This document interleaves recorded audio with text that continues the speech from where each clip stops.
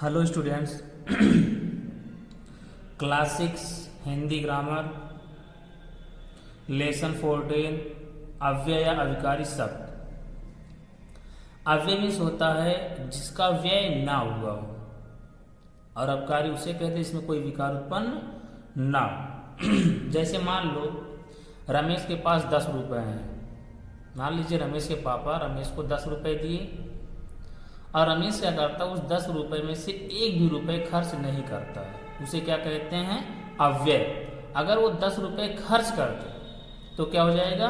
व्यय हो जाएगा। उसी प्रकार से अव्यय होता है। जैसे प्रति मीन्स होता है प्रत्येक। अगर प्रति ही है तो अव्यय है, और प्रत्येक आ गया तो अव्यय वो नहीं रहेगा। क्लियर? इसमें क्या होता है, वे शब्द जो सदैव एक ही रूप में प्रयुक्त होते हैं अव्यय अविकारी शब्द कहे जाते हैं। वाक्य में आय, कर्ता, कर्म आदि के लिंग, वचन, कारक आदि कारण इन शब्दों में कोई परिवर्तन नहीं होता है। जैसे और, किंतु, अथवा, जल्दी, इधर, उधर, की ओर, आहा आदि, इन सभी में कोई परिवर्तन कभी नहीं होता। जैसे मान लीजिए कहा जाए कि राम और मोहन विद्यालय जाते हैं और है वहां पे।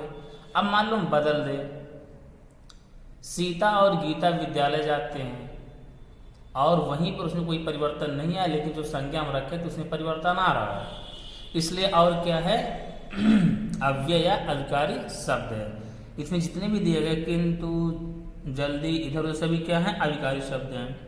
संज्ञा, सर्वनाम, विशेषण और क्रिया के रूप लिंग, वचन, कारक के कारण बदल जाते हैं, अतः इन्हें विकारी शब्द कहते हैं। जो संज्ञा है वो बदल जाते हैं। राम के स्थान में मोहन लिख सकते हैं, सोहन, कुछ भी लिख सकते हैं तो क्या हो जाएंगे? विकारी शब्द हो जाएंगे। सर्वनाम वह लिख सकते हैं, उसे लिख सकते हैं, उन्हें लिख सकते हैं, मतलब इसमें परिवर्तन हो सकते हैं, विकारी शब्द। विशेषण, नीला है, पीला है, काला है, कुछ भी लिख सकते हैं, इसका मतलब ये भी विकारी शब्द हो जाएंगे। और क्रिया, जाता है, जाती है कर देंगे। पुल्लिंग है तो स्त्रीलिंग में बदल देंगे, बदला जा सकता है। इसलिए संज्ञा, सर्वनाम, विशेषण और ये जो क्रिया है ये क्या होते हैं? विकारी शब्द होते हैं। लेकिन अभी क्रिया विशेषण आ जाए वो अविकारी शब्द होता है। अव्यय के भेद, अव्यय के 5 भेद होते हैं और उसमें सबसे पहला हम लोग देखेंगे क्रिया विशेषण।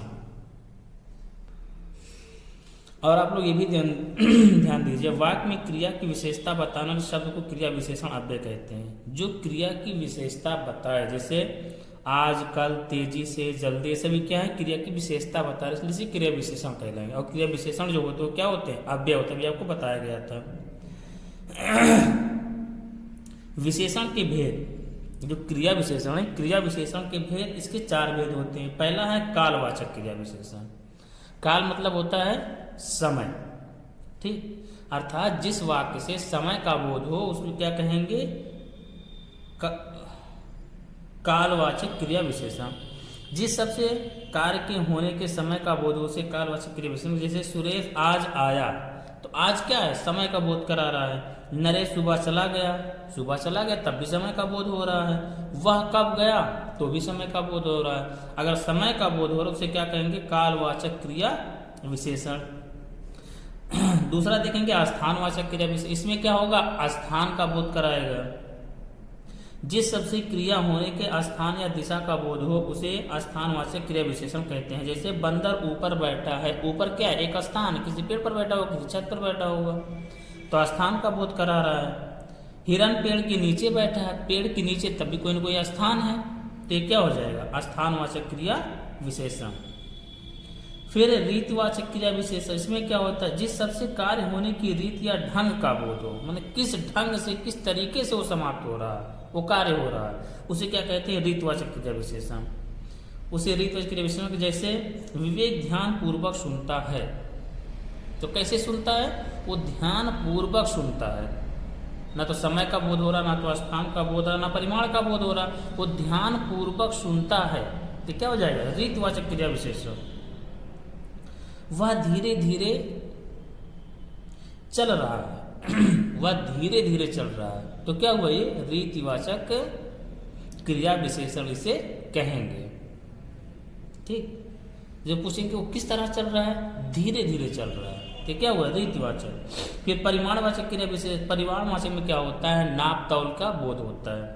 जिस सबसे कार्य होने की मात्रा का बोध हो उसे परिमाणवाचक क्रिया विशेषण कहते हैं। वैसे वह दिन भर निबंध लिखता रहा, वह दिन भर निबंध लिखता रहा,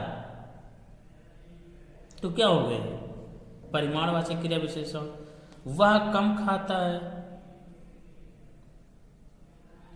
गिना तो जा नहीं सकता, नापे और तौला ही जा सकता है। नाप कम खाता है, ज्यादा खाता है, सब क्या है, परिमाणवाचक क्रिया। वह अधिक बोलता है, तब भी ये क्या हो जाएगा, परिमाणवाचक क्रिया विशेषण ही होगा। ओके,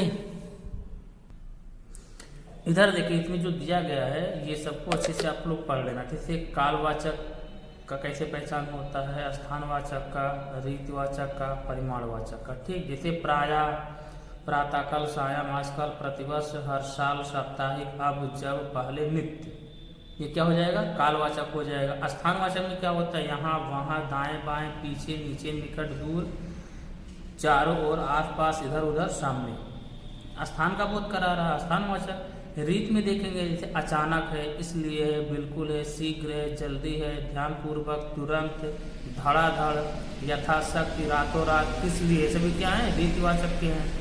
परिमाणवाचक में देखेंगे, इतना, कितना, उतना, लगभग, केवल, बस, जरा, कम, अधिक, पर्याप्त, काफी, ये सभी किसके हैं, परिमाणवाचक। इसको एक बार आपको अच्छे से पढ़ लेना, ठीक है।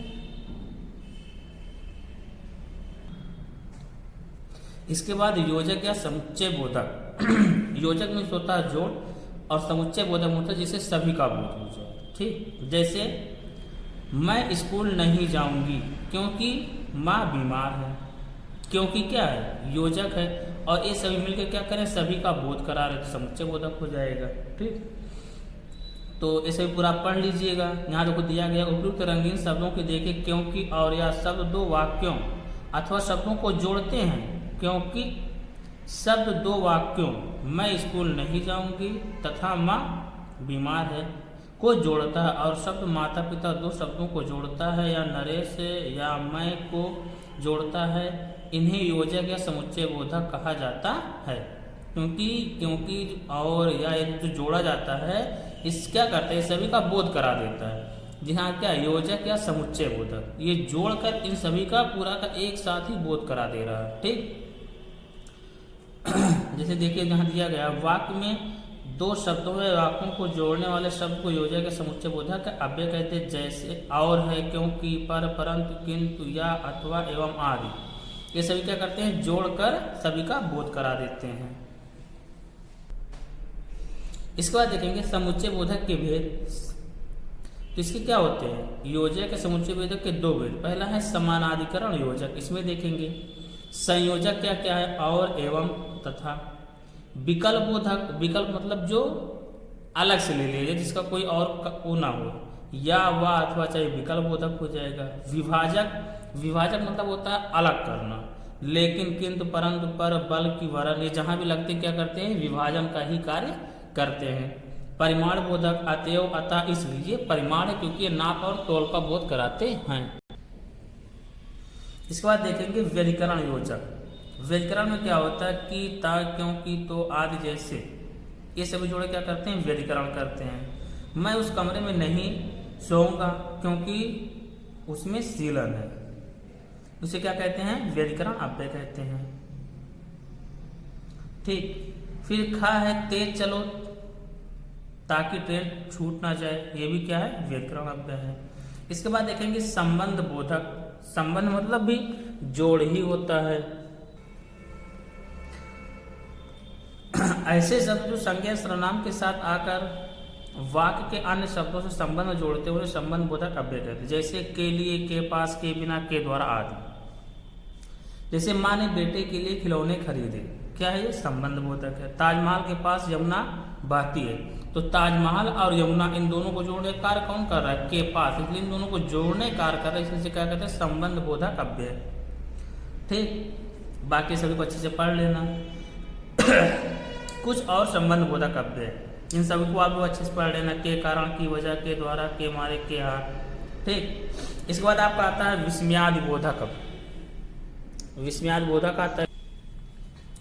विस्मयादिबोधक होता क्या? ऐसे शब्द जिनके द्वारा विस्मय, हर्ष, शोक, प्रशंसा, घृणा आदि भावों की अभिव्यक्ति होती है उन्हें विस्मयादिबोधक काव्य है। जैसे अरे, वाह, माँ, शाबाश, ठीक, ये सभी क्या है? विस्मयादिबोधक काव्य है। जैसे अरे दीपक यहाँ क्या कर रहे हो? विस्मयादिबोधक। अचानक एकाएक जो निकल जाए मुंह से वही होता है विस्मयादिबोधक।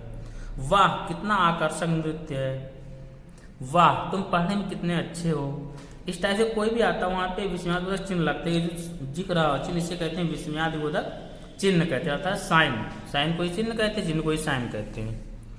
तो आपको समझ में आ गया होगा विस्मयादिबोधक जो होते हैं। विस्मयादिबोधक भाव और शब्द। जैसे भाव यहाँ पर शब्द है। हर्ष सूचक में क्या आता है? शाबाश, वाह, धन्य, धन।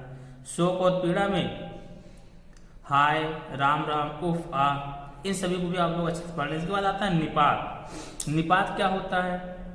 निपात होता है जो विकल्प से सेट कर दिया जाए, वही निपात है।